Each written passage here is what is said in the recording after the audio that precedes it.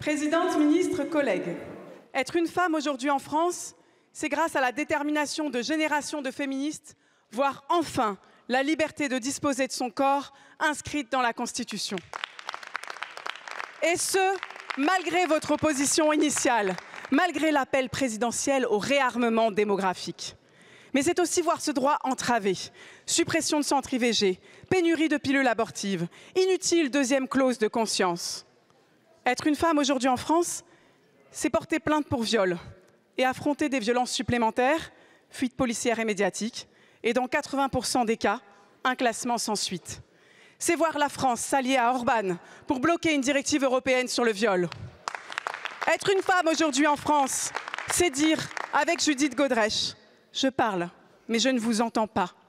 Pire, c'est entendre Macron encenser Depardieu après avoir blanchi Darmanin.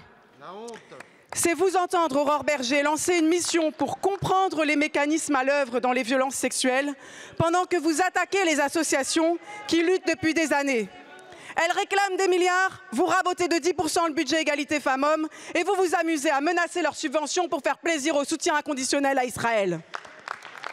Être une femme aujourd'hui en France, c'est accueillir seule son enfant faute de congé paternité égalitaire, arrêter de travailler faute de place en crèche.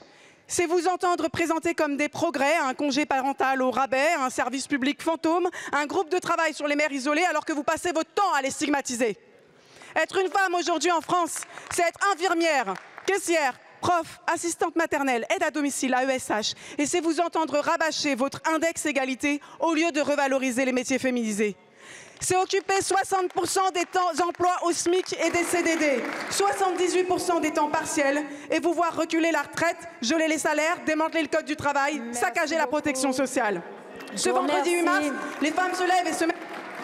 C'est fini, merci beaucoup.